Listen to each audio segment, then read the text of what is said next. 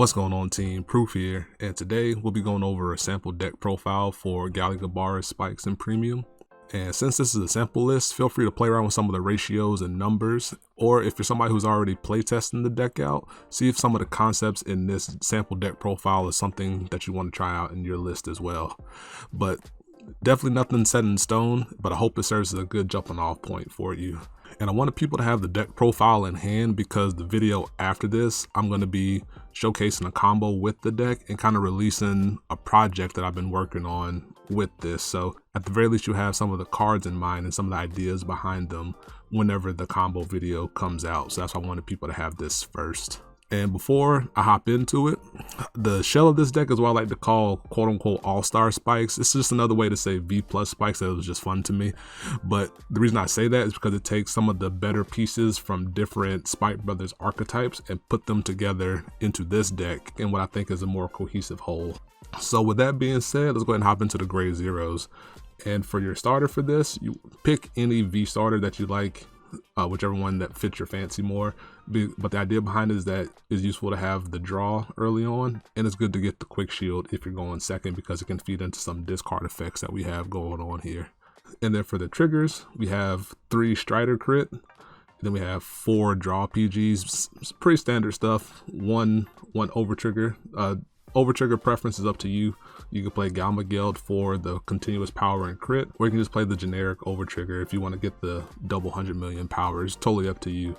And the most important trigger in the deck, in my opinion, is Mecha Instructor, the stand trigger.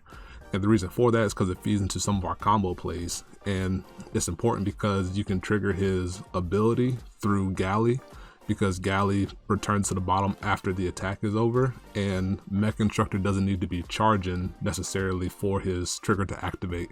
He just needs to go back to the deck, which can be enabled through charge or can be enabled through GALLY's ability, and that's very important. And as for the grade 1s, we have 4 Dexter. Dexter is the most important grade 1 for combo enabling. It's also pretty useful early on for digging if it's your best grade 1 ride, but ideally you want to save it in hand for combo potential. Then we have 2 V-Era Acrobat Verde to search out Ryzen or other grade 3s if necessary. We have 2 G-Era Acrobat Verde just to automatically get Ryzen into our hand. And then we have 2 Deadly Daisy just to be able to help out with some combo things as well. Probably the worst grade 1 in the deck, but the upside of having it in the deck is incredible for some of the combo potential we have going on here. And as for the grade 2s, we have 4 Bracky for being aggressive early on and helps feed soul for whatever we might need for GALLY, for other strides such as Villain Verminous, things of that nature. We have 4 Agile Fullback for similar purpose of having extra brackies in the deck, quote unquote, but it's also really useful for combo plays and being able to tuck in the back row early just to attack for 10k and force pressure on your opponent is also really good. And then we have 4 Deadly Davy, useful for combos, but also useful for early aggression to be able to call out a grade 3 to attack with.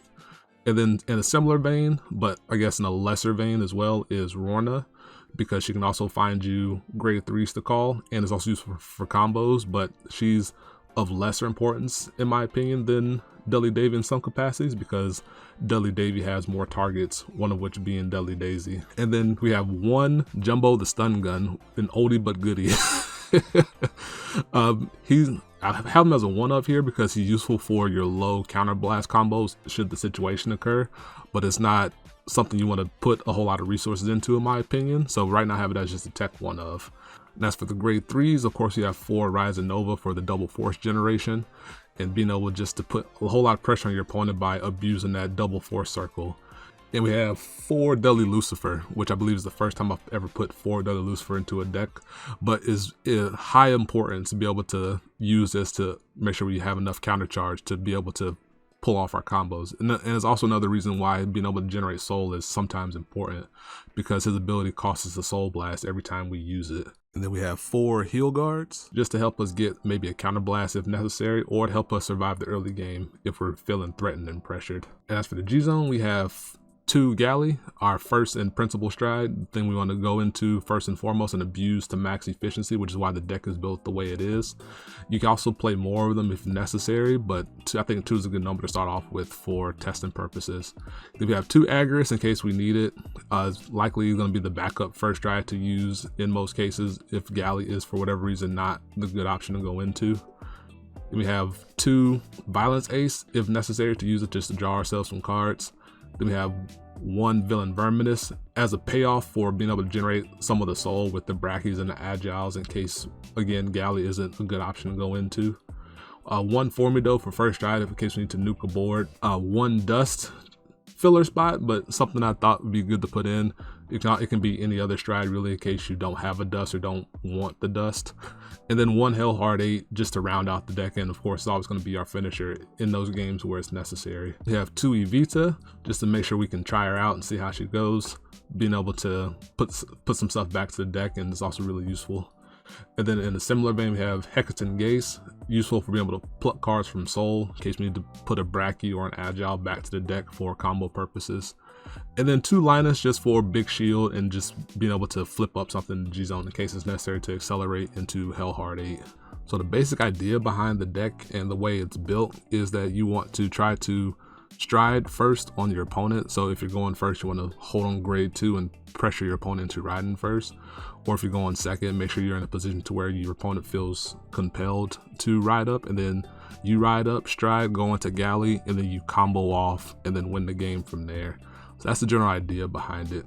And it's facilitated by the grade 2 pieces being aggressive and pressure inducing, being able to ride Rona or Davy, call in Lucifer, call in Brachy, puts 3 decent bodies on the board that your opponent may feel to need to use heavy guard early, or they take a whole lot of damage, and then if they don't ride up, then you can continue to put pressure on them with your grade 2s that can continue to cycle for power back into the deck or from out of the deck. And being able just to conserve pieces, so your Dexters and your Mech Instructors and things of that nature, trying to have enough pieces and resources to be able to combo off with Galley on your first stride. And we'll cover more of that in the next video. So hope you enjoyed the deck profile. Hopefully it's helpful. Tinker around with this, see what combos you can come up with on your side before I come out with the combo video. And yeah, hope you enjoyed, hope this was helpful, and I'll catch you next time. Peace, be easy.